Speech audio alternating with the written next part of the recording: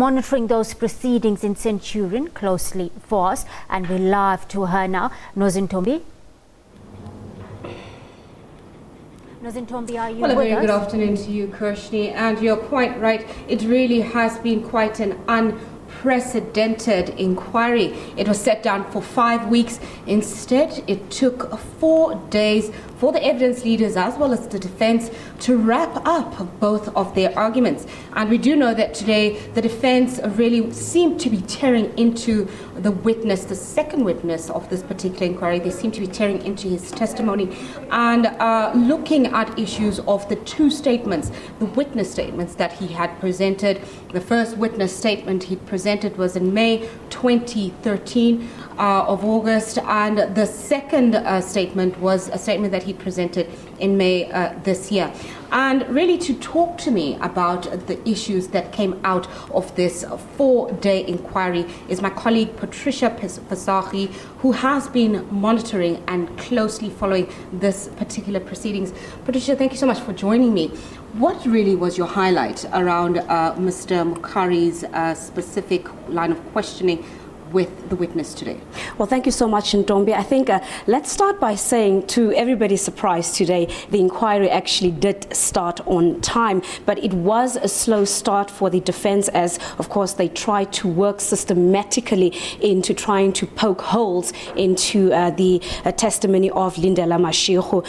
Of course, this was in a bid to try and discredit him and to try and prove to the inquiry that he is not telling the full truth. We saw how, of course, the defense attorney, and that is Advocate William Mokari, as he was trying repeatedly to try and, of course, question Lindela Mashego as to who was responsible for the changes that were made that were made on the Marikana statement that was issued on the 17th of August 2012. And that happened so repeatedly to a point where we actually saw the intervention of Judge Claassen, who actually, try to highlight to Advocate Mokari, but that Lindela Mashego has repeatedly, stuck to his guns, saying that he actually remembers receiving the statement that, of course, came from the internal communication, and that was on the morning of the 17th of August, and it was handed to him, via a memory stick, but he did not receive it the morning before. Patricia, you're quite right.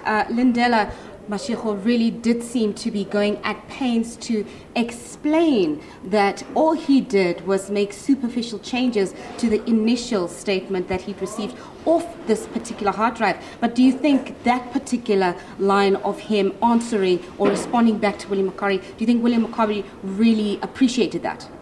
Well, I think he didn't. The fact that he repeatedly asked him almost the same question in different ways probably meant that he either did not understand him. At some point, it actually appeared as if there was a communication breakdown between Advocate Mokari and Lindela Mashego.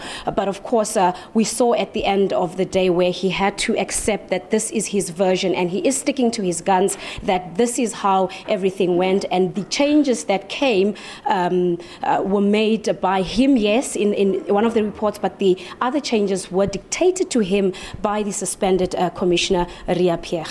Two statements that we're talking about specifically that was highlighted by Advocate Mokari.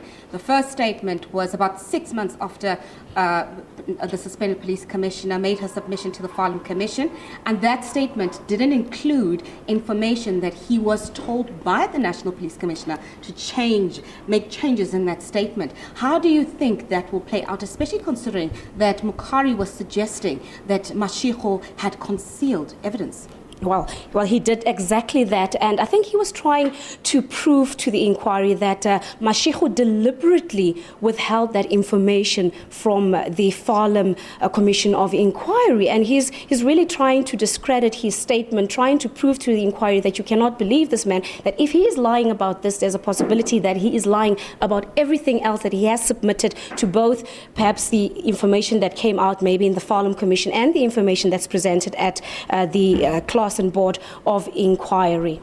And we saw, you were sitting in the front row with me, and we sat quite close to the suspended police commissioner, and her facial expressions during the course of Mashiko's responses was really quite puzzled at times, and she seemed to be quite affronted with his responses. Well, yes, her facial expressions were really priceless, and it was something that you could not ignore, especially at those parts where he was really firm and he kept on sticking to his guns that this is how things went, this is my version of events, and it doesn't matter what you think, this is how I remember and recall how things panned out. And we kept on looking at both the police commissioner and of course the rest of the defense team, and you could see how they were chit-chatting in between and exchanging information, writing notes to each other as they were puzzled and shocked at some of the information that came out of Mashiko's testimony. But I think also important to mention is we have to remember that one of the main terms of reference that was stipulated by President Jacob Zuma when, of course, he appointed this board of inquiry is to find out whether the police commissioner did withhold, crucial information in a bid to conceal some information, and so she misled the Commission of Inquiry at the Farlam Commission, of course. All right, thank you so much, Patricia Fasaki, my colleague who has also been closely monitoring the events that have been happening here at this unprecedented Claassen inquiry that was set down for 5 weeks but only took 4 days to wrap up. Now, Kirshni, before I hand over to you, you'll remember that this particular matter has been set down and will resume again for 3 days from the 1st, 2nd and 3rd of June for both the evidence leaders as well as the defense to submit their closing arguments and to really hammer back the point to which they want to present to the Claassen Commission, and they will want to make sure that they bring their A game and bring forth the world-class arguments to defend their positions. Kirshni, it's back to you. Nozintombi Miya at the Claassen Commission of Inquiry underwent Centurion. Thank you for your time on the SABC News.